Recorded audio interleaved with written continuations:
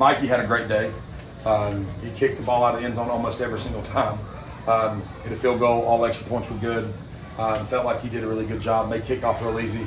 The way they do their kickoff game, we knew we were going to get a lot of short kicks. That's why we kind of moved CP up a little bit. Knowing he has sure-handed, he'd be able to do a good job. Punt block, they did a good job. I thought we'd have a chance to get after some of their kicks, but they did a pretty good job of making some adjustments. So in the second half, we just kind of went punt safe and to make sure we took care of everything there.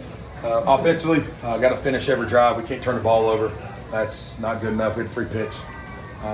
We've thrown the ball extremely well, and we cannot turn the ball over. Grant's a good quarterback. Michael's a good quarterback. Tion's a good quarterback. There's no excuse for that ever. So we've got to do a better job of taking care of the football. We ran the ball much better today. Tremaine Lee had a phenomenal game. I think I would say he was over 200 yards. I haven't had a chance to look at the stat sheet yet, but he had a phenomenal game. The O-line played really, really well.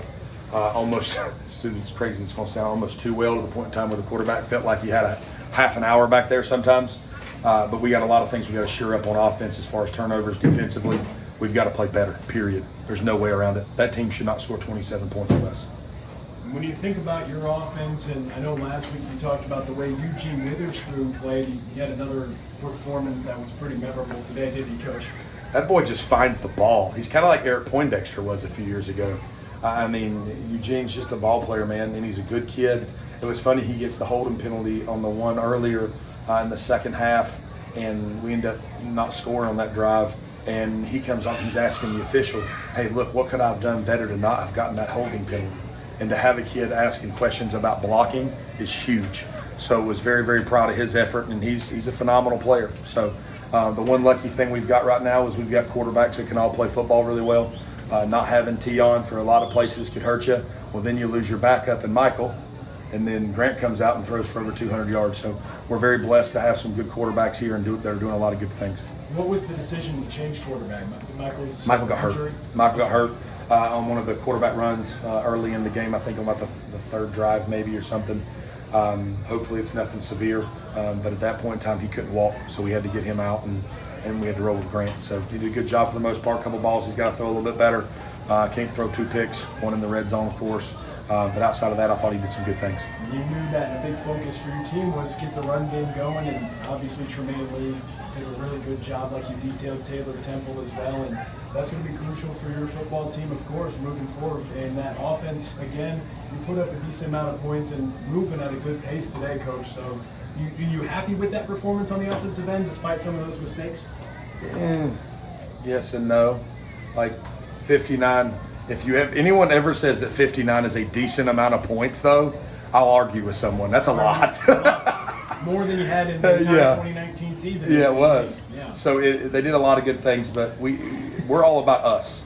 I'm not worried about the other team. We can't turn the ball over 3 times like we did. If we wouldn't have done that, we'd have had another 21 points on the board. We'd be here talking about 80 points instead of 59. So we got to make the most of every opportunity.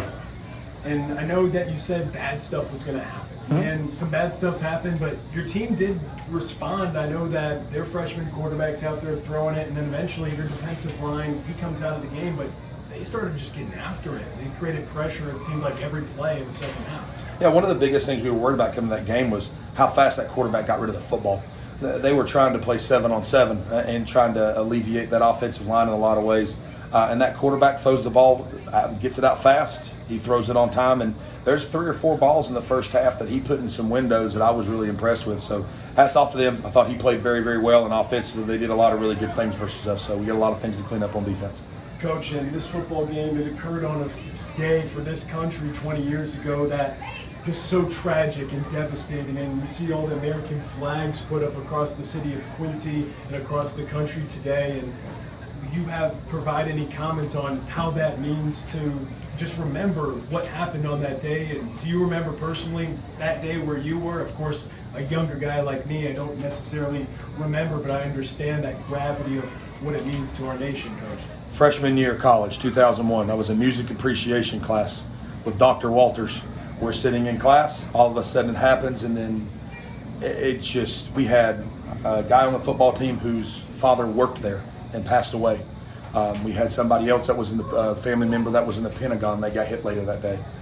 So it means a lot to me. I had 3 different people in my family that are military. Both my grandfathers were in the Marines, Army, or Air Force.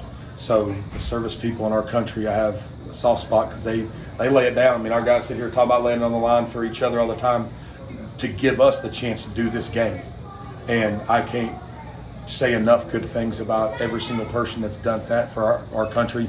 And that day, I mean, unfortunately, it took something that tragic to bring this country together in a way that I had never seen in my age.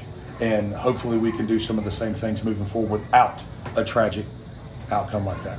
Absolutely, Coach. Appreciate you coming up as always. We'll send it to break. You're listening to Football on News Talk 105 WGEN.